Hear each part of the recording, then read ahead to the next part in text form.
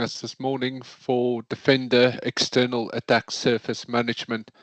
We will be going live shortly. We're just having a few more people that's starting to attend, so we'll give it 1 more minute before we get started.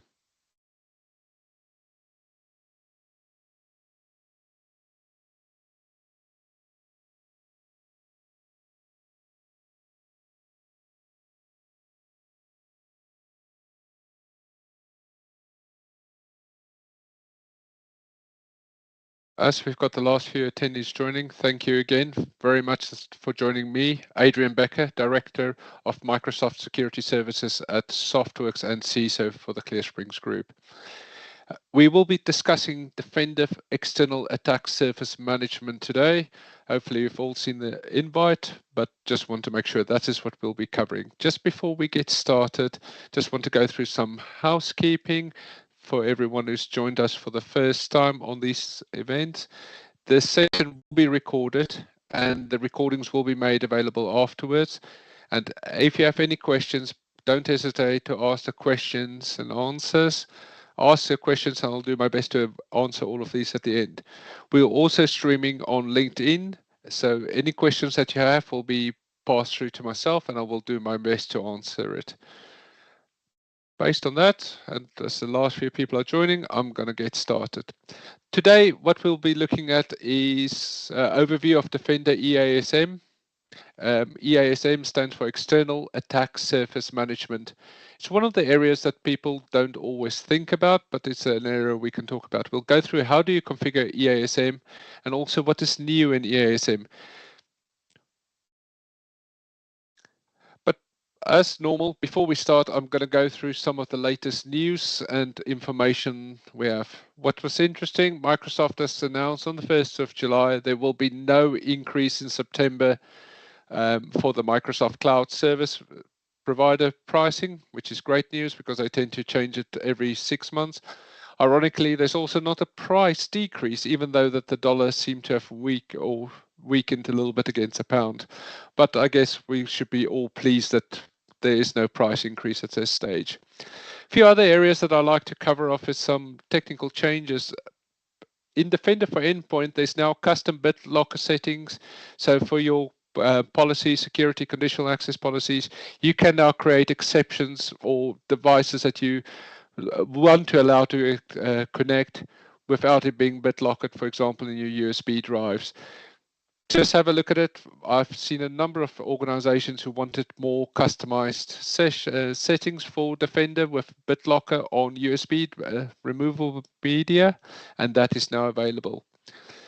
In news for Copilot for M365, lots of changes, and I think there's so much it's hard to actually mention all of it, but there is now training available for Copilot in Viva Learn for the people who subscribes to Viva Learn. There's now a whole module that can be added.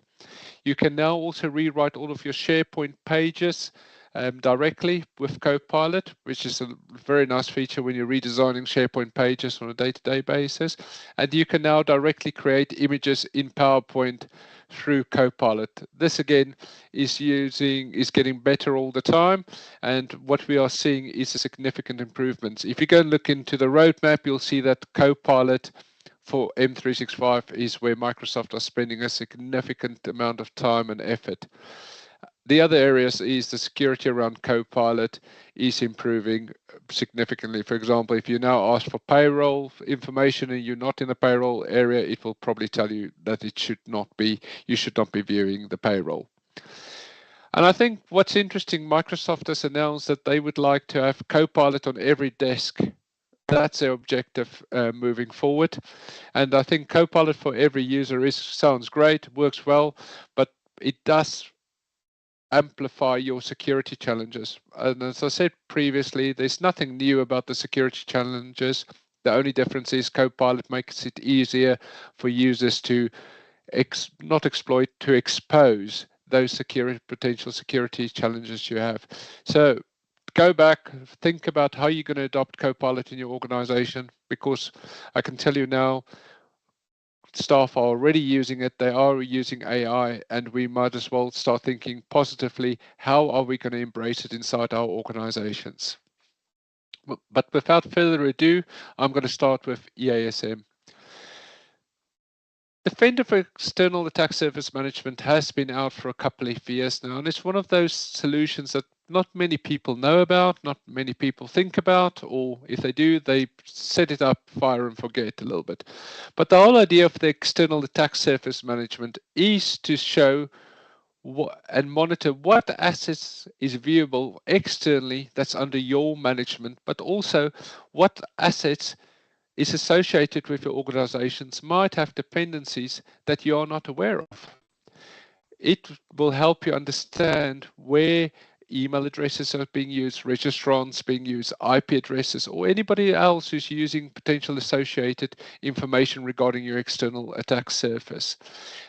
Basically, it shows you what the hackers, or let's stop calling them hackers, criminals, can view about your organization externally without necessarily connecting inside your information, what is exposed, what information it can gather, who's the registrants, etc. that is being detected, what domains is associated with your organization.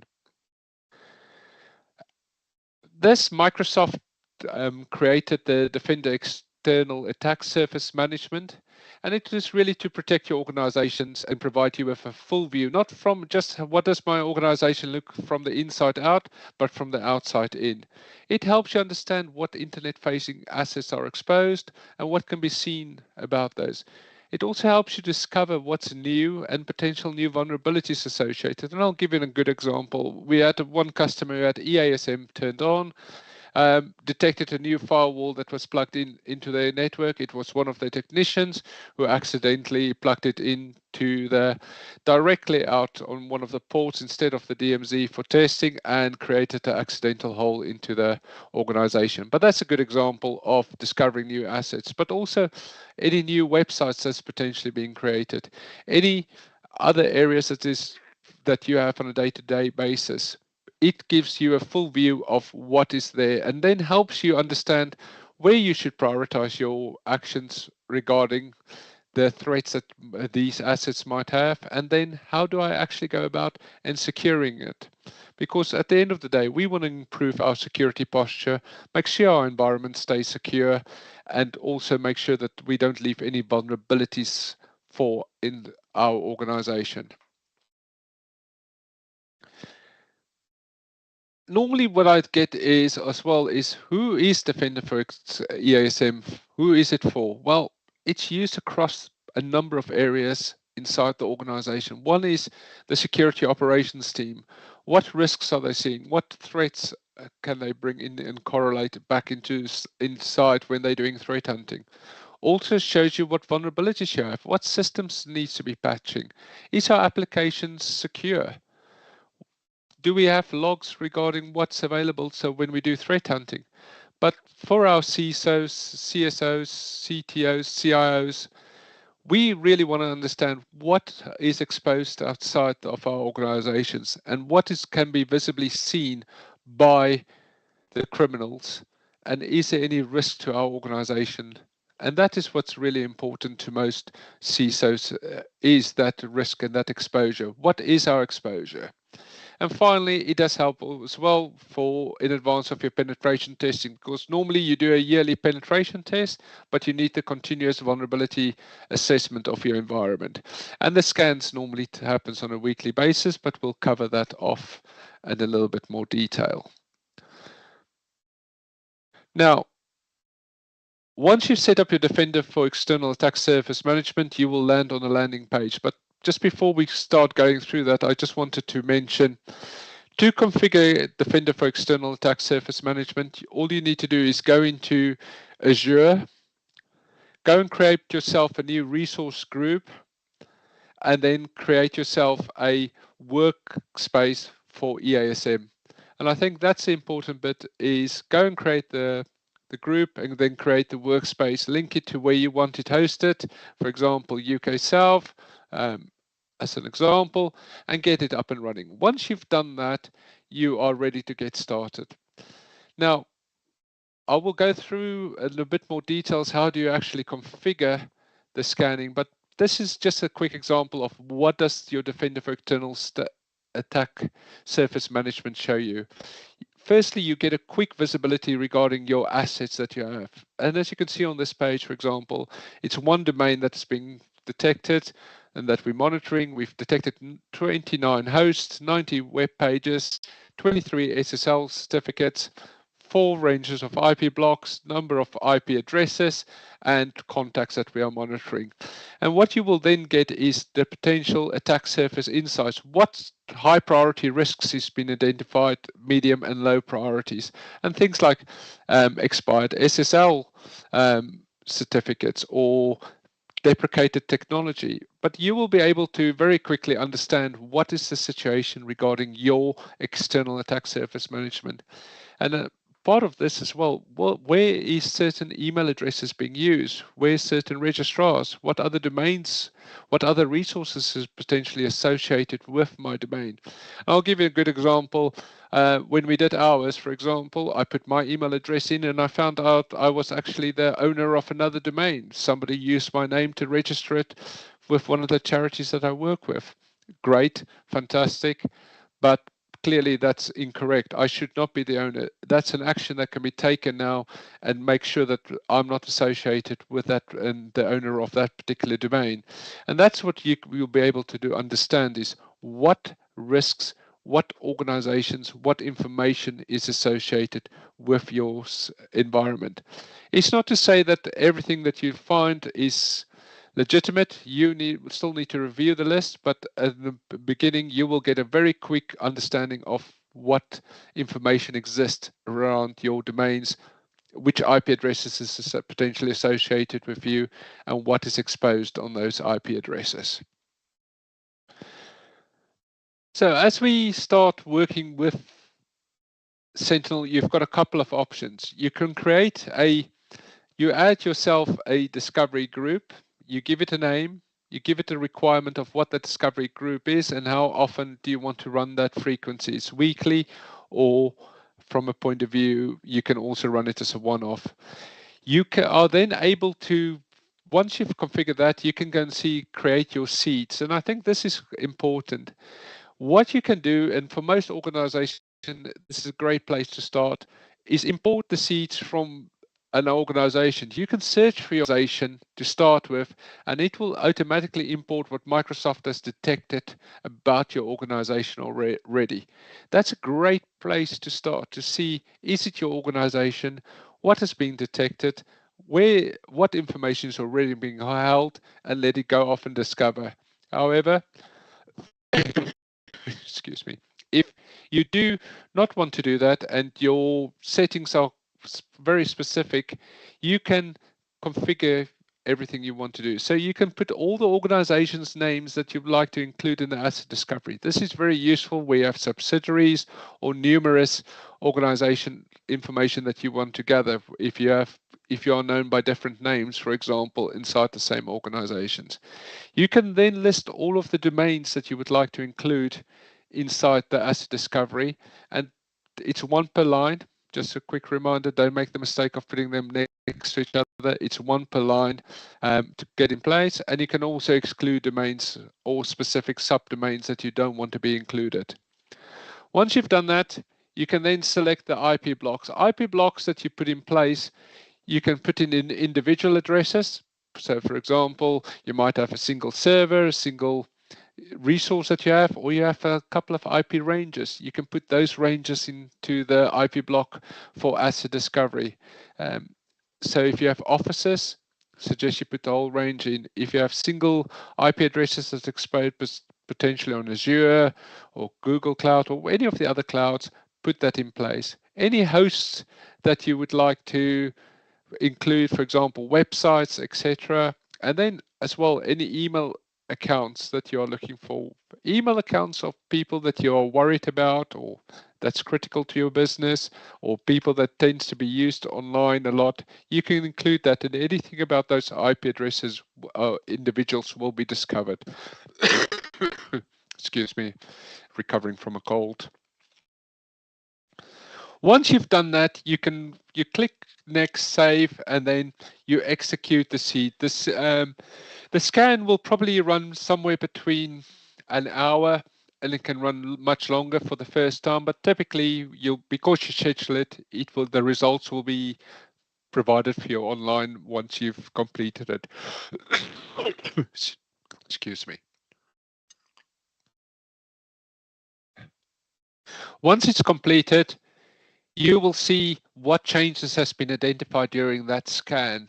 And as you can see, here's an example of what has been detected in the last 7 days. So we can see here, for example, how many domains added, hosts added or removed, IPs that's been seen or lost. But you very quickly can get a full view of what has been added and what has changed since your last scan. This works very well because every week you want to have a scan and you want to start reviewing what information has changed. Why has it changed? Why is there a new IP block, or why is there a new contact or new certificates detected? You can then review those changes and either approve, disregard it, or monitor it for now to see is it associated potentially with your organization or not. Once it's completed and the scan is done, you will then get your surface summary. And what that will do is it will tell you what is your risks and also what the pages has been discovered. The one thing I will say, your attack surface insights gets changed probably once a day. It doesn't change constantly. It's not live. They recalculate your risks on a daily basis. From what we've seen so far. So do look at the time when those insights are from. You will see the time that's been published. Make sure that you're aware of that. Because it's a weekly scan and it's calculated overnight, you will see the updates by the morning from these scans. And review, absolutely review. Is it the right number of hosts? How many pages are being discovered? What type of certificates do we have? Is that information from the seeds correct? And continuously review the inventory to give you that accurate view regarding the information that is being held and that's been detected about your organization. What you can then do is start seeing more about, based on the information that's been detected, where's your hosting providers? Who hosts the data? Who hosts the sites that you have, for example? What type of CDNs are being used? The content delivery networks are being used. And very quickly, you will get a view regarding everything that belongs to your organization, regarding where is it hosted, what services, where does it run. And even for us as a group, it was interesting once you start looking at your websites, marketplace, for example, where is it actually being hosted? What's the type of technology being used to deliver that content? Is there potential risk to my organization? And it does help build up a much clearer picture from what you thought you know to what actually is happening out there on a day-to-day basis. Because we all, even CISOs, we believe we understand where everything is, we understand where it's all hosted, but for example, you might be using a website hosting provider. Well, where is their data actually hosted? Although they say UK, in what technology are they using in the back end? It gives you a much clearer understanding regarding what is your potential attack surface. It will also then give you can go look at your security posture and it will show you any CVEs exposures that you have. What's your domain administration like? How many websites or web URLs is being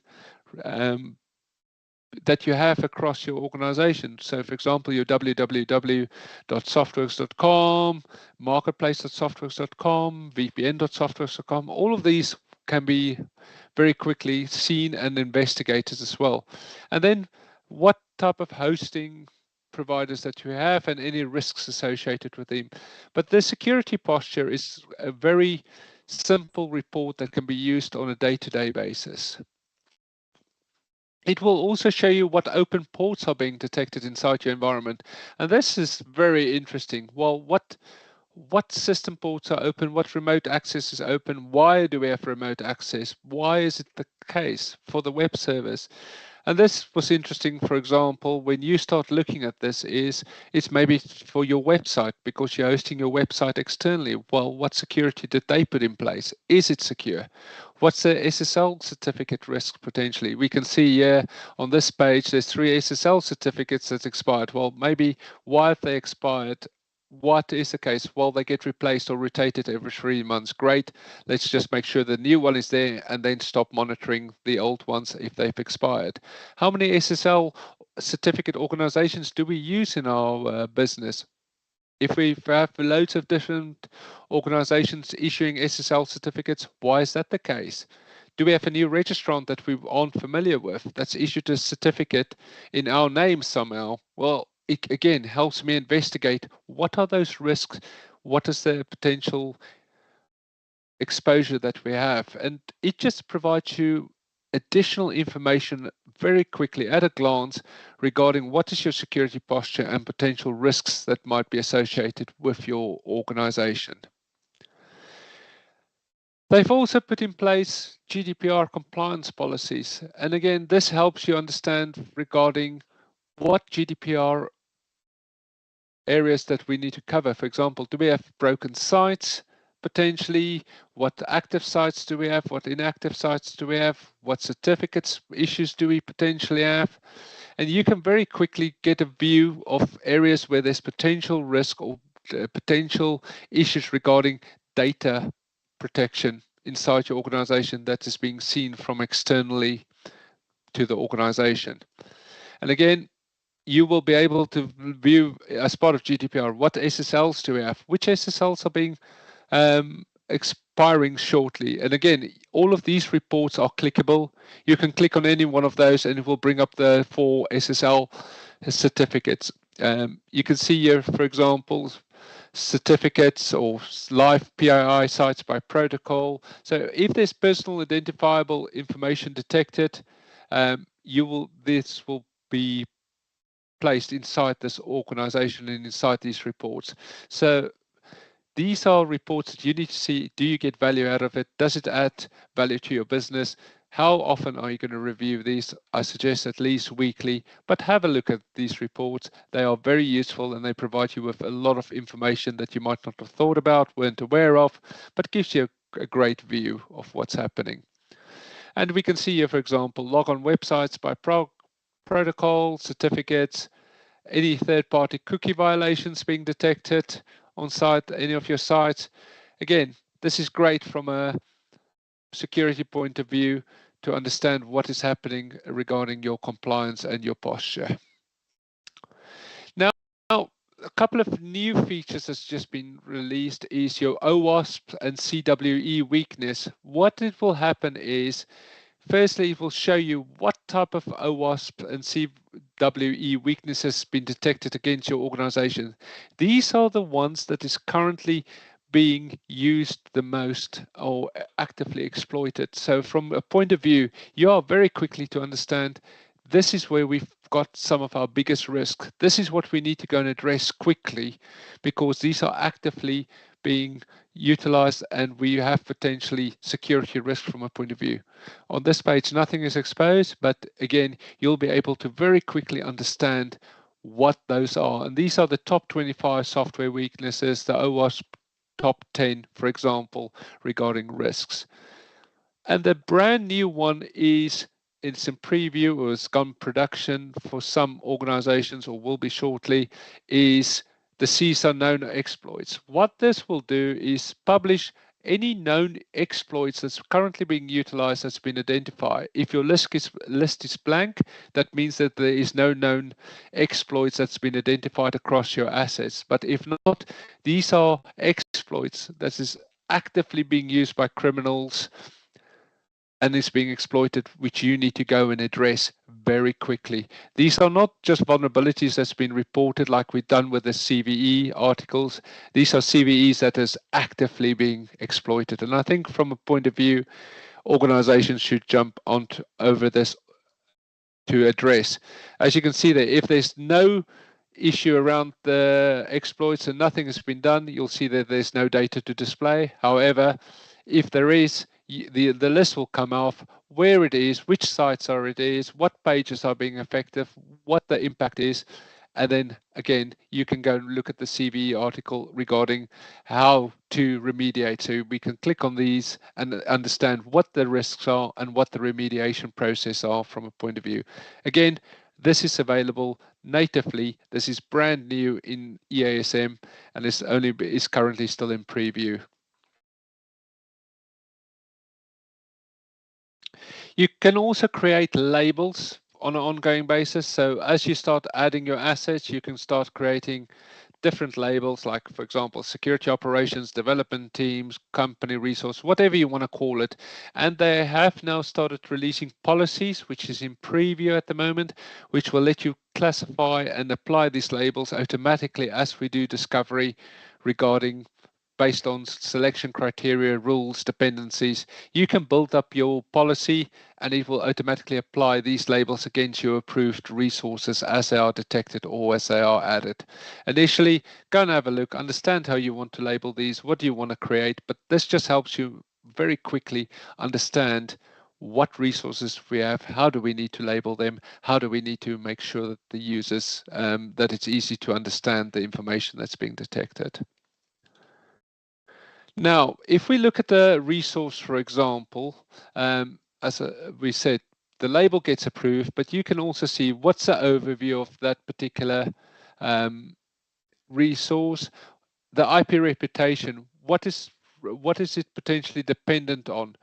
Any services that's linked to it, what web components, SSL certificates, what assets is connected to, and any changes that's being detected and when it was last discovered. I've published a real life page here. You'll notice I haven't hidden anything because all of this can be discovered externally. So I wanted to make sure and explain none of what's being seen in this right now is hidden. Anybody can go and look this up with the right tool. There's nothing new that you need to worry about from a point of view. And we can see that this particular IP address, where is it registered, which part of which IP blocks it is, and you can understand some of the ports that's available on this particular IP address. If you also look at the inventory, for example, you can get a much better breakdown regarding what resources are connected to that particular IP address or that particular URL page. Why was it discovered? What was the discovery chain, for example, where this information came from? And very quickly you can build up a picture and resources. What is my critical infrastructure? What is the reliance on what services? How are these external resources connected? Is there any external potentially resources that I wasn't aware of that I've got dependencies on? And you can start seeing a clear view regarding your external exposure of the dependency and how it's all connected. And hopefully what you've seen so far is a lot of information that can be provided, a lot of details. And then normally what I get is, well, how much does it cost? It sounds expensive. And the irony is people don't know about it because it is really very cost effective. And I think that's one of the reasons you don't hear more about Microsoft jumping up and down about it as much as they should. You can go into your billable assets and very quickly understand what number of resources do you have. So you tend to pay for every IP address, every domain, and every host that's being detected. So for example, you can see here I'm detecting a number of hosts per day that I am paying for. We can see there roughly about 40 hosts that is being paid for. These are unique IP addresses, host IP pairs, things like www.softworks.com, all of those type of areas. Don't pay for individual web pages, don't pay for everything else. Again, EASM, when you turn it on for the first time, the first 30 days are free if you've never used it.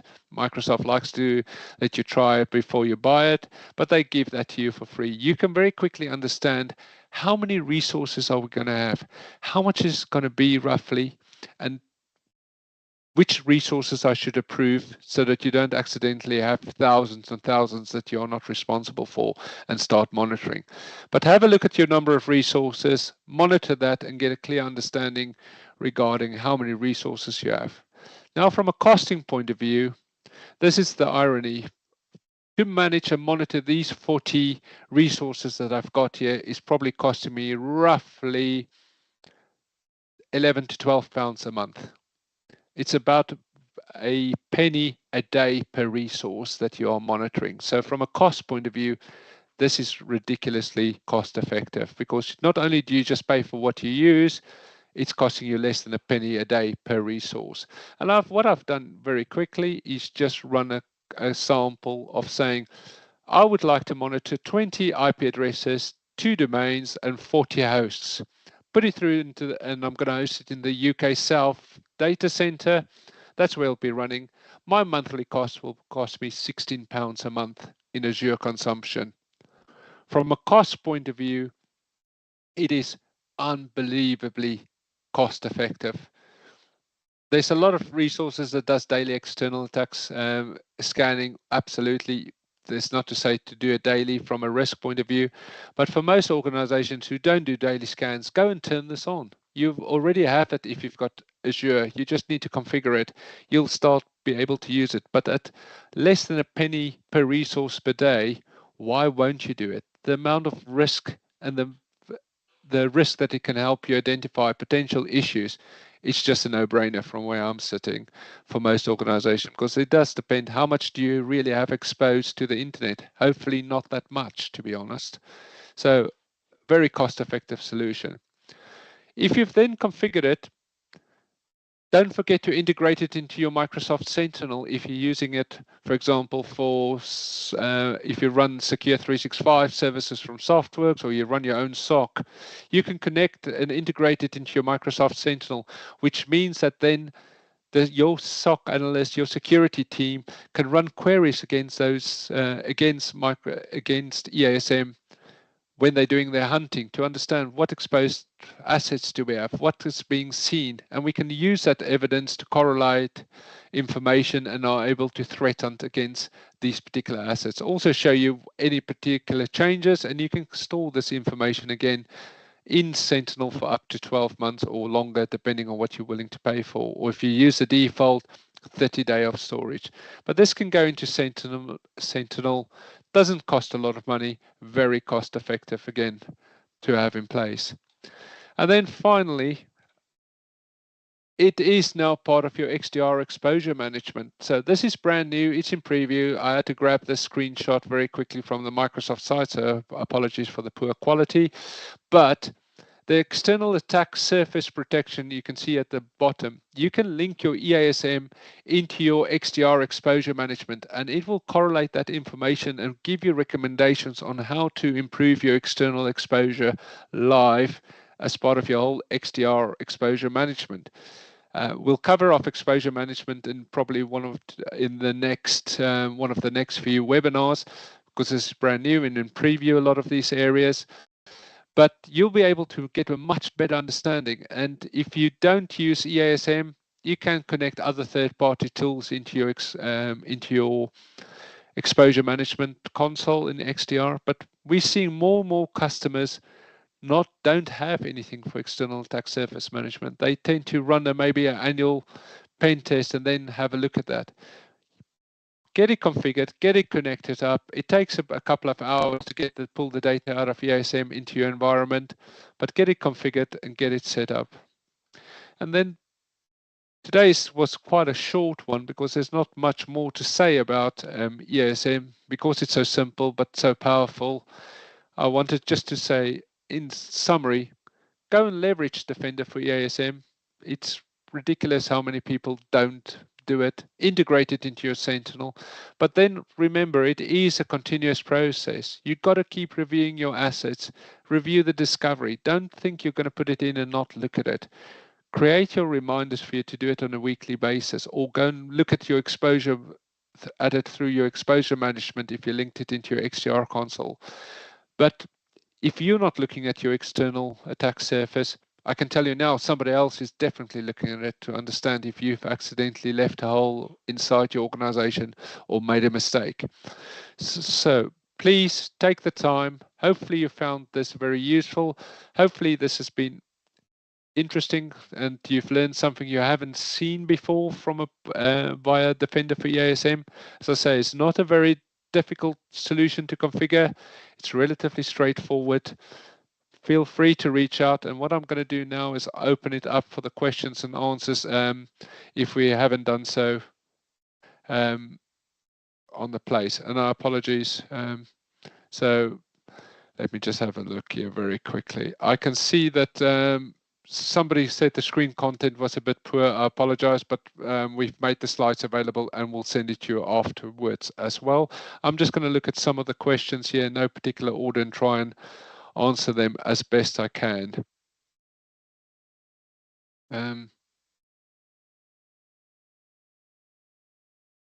Right, so that is, if you don't, can you please briefly cover the differences between Defender for Cloud Endpoint and EASM? Why would buy additional license beyond?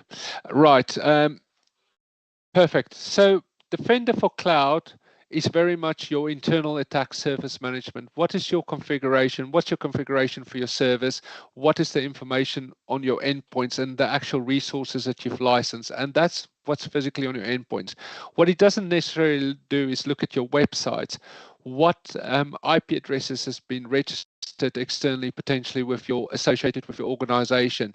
What other information like domain hosts, where information is being hosted on Google, or what is worth, what type of solutions are being used for your website.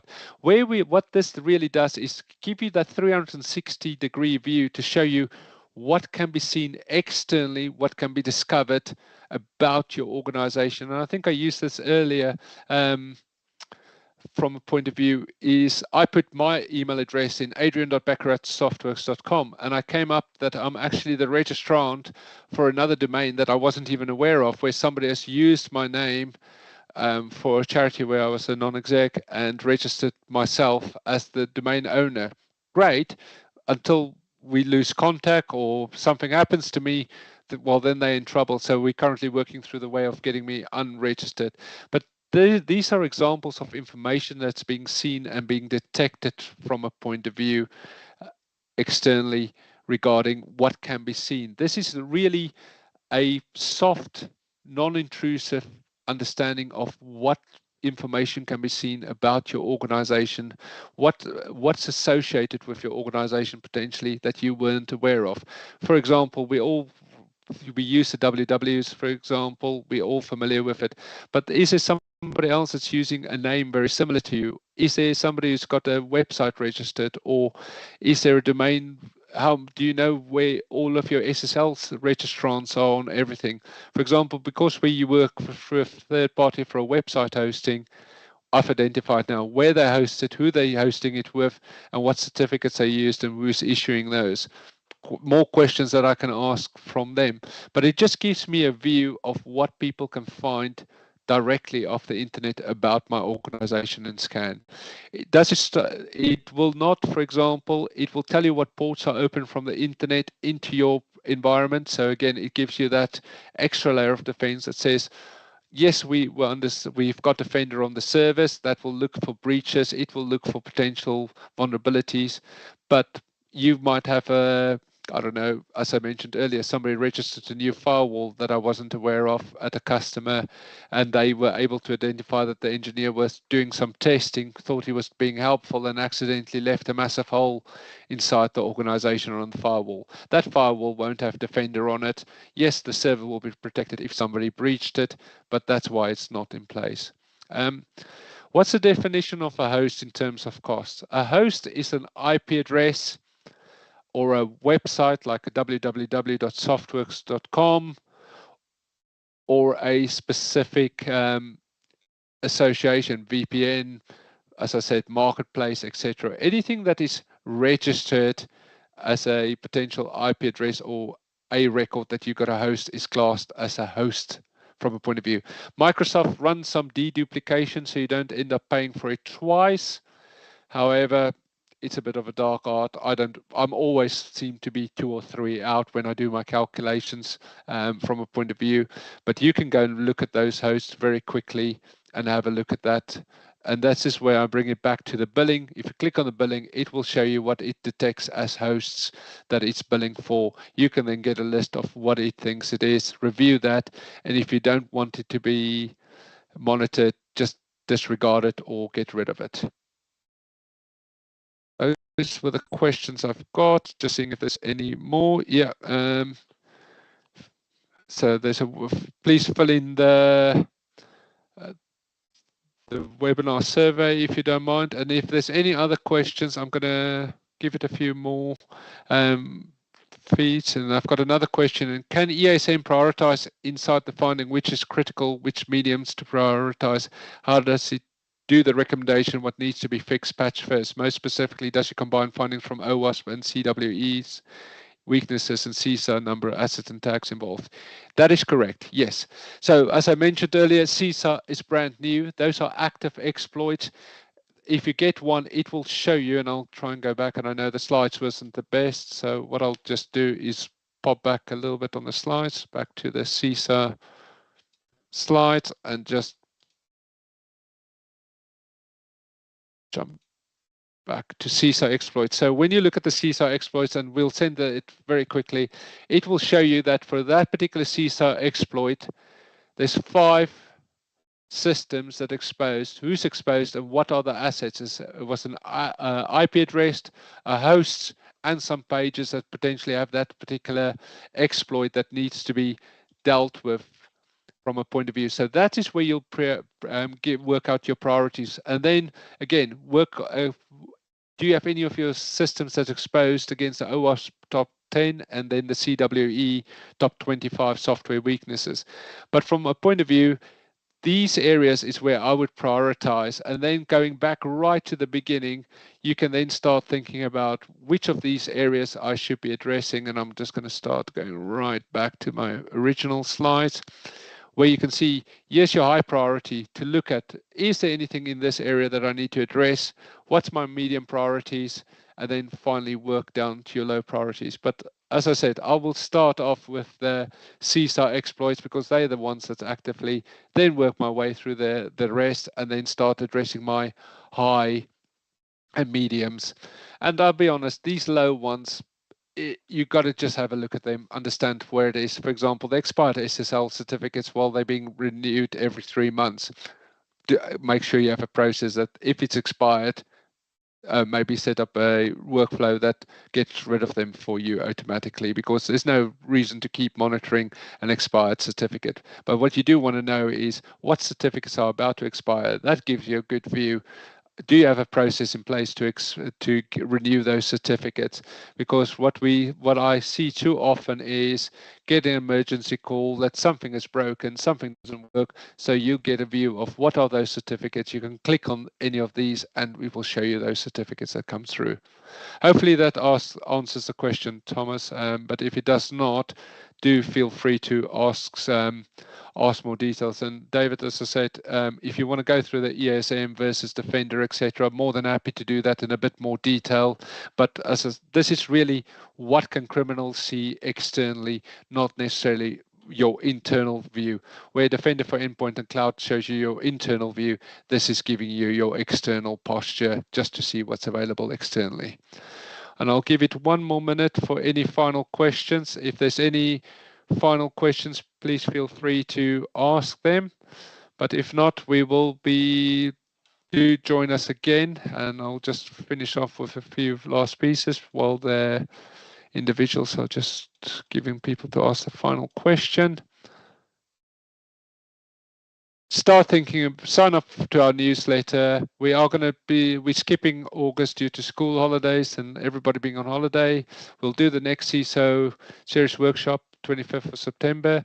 And from a point of view, do look at your security. That's very important. Please, absolutely keep monitoring your security. Brilliant. Is there any other final questions?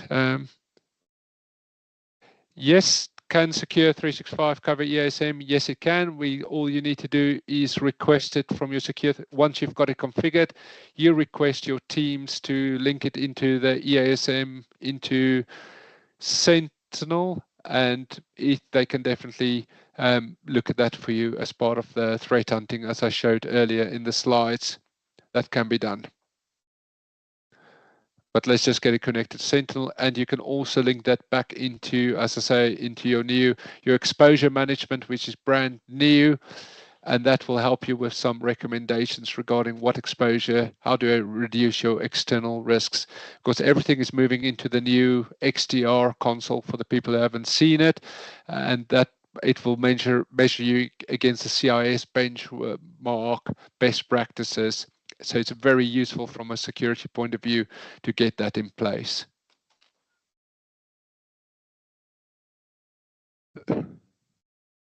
Brilliant. I think that covers all the questions. As I say, if you haven't answered your question, feel free to connect to me. Feel free to send me an email directly. And thank you very much for joining us today.